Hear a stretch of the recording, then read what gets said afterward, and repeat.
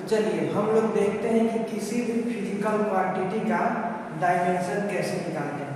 तो उसके लिए डायमेंशन को निकालने के लिए हमें 2-3 बात याद रखना पड़ता है। क्या कि अगर कहीं मास आ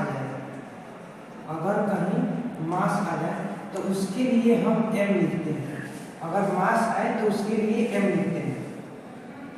उसके बाद से अगर लेंथ आ जाए तो उसके लिए हम लोग l लिखते हैं। ठीक है, अगर मास आए तो m लिखेंगे, लेंथ आए तो l लिखेंगे।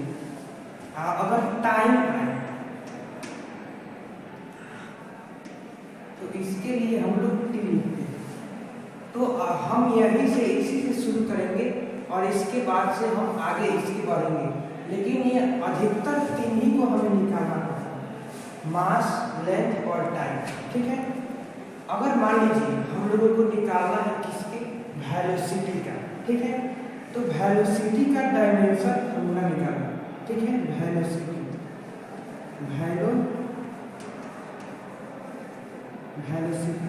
तो अगर वेलोसिटी का हमें डायमेंशन फॉर्मूला निकालना है तो उसके लिए हमें सबसे पहले वेलोसिटी का फॉर्मूला पता होना चाहिए। तो वेलोसिटी का फॉर्मूला क्या होता है, तो डिस्प्लेसमेंट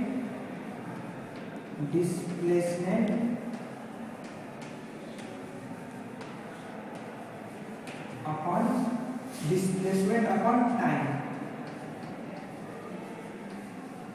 तो किसी भी चीज का अगर डायमेंशन फॉर्मूला निकालना है तो हम वेलोसिटी का उसका पहले फॉर्मूला लिखेंगे।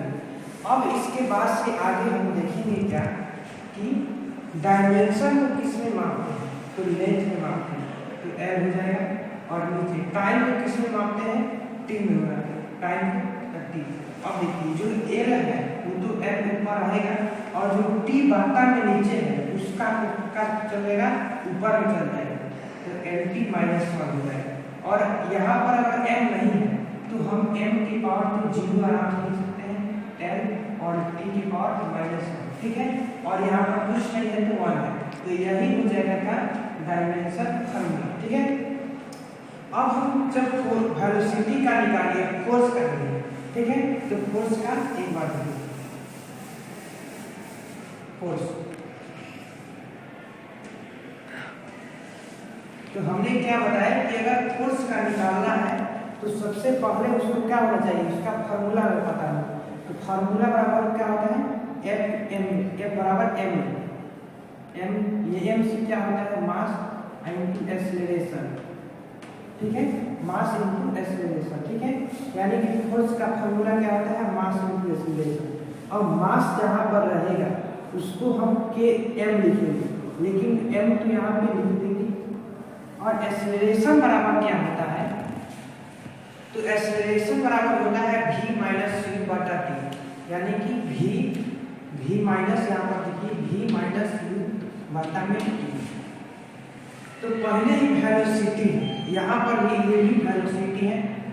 तो ये जो दोनों वेलोसिटी है, अगर हम मान के चलिए कि 2 मीटर में से अगर हम 1 मीटर को घटाएंगे तो क्या 1 मीटर आएगा।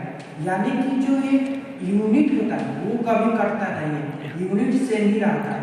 तो मतलब v-u को अगर इसमें से घटा रहे हैं तो इसका भी यूनिट का होगा मीटर पर सेकेंड ही होगा, बटा में t हो जाएगा। ठीक है, तो मीटर पर सेकेंड यानी कि मीटर पर सेकेंड यानी वेलोसिटी है। और इसके जस्ट पहले हम लोग वेलोसिटी का क्या निकाले थे, mt-1 बटा नीचे टाइम रहेगा क्योंकि t यहाँ पर है, तो टाइम रहेगा तो नीचे हम t दे देंगे।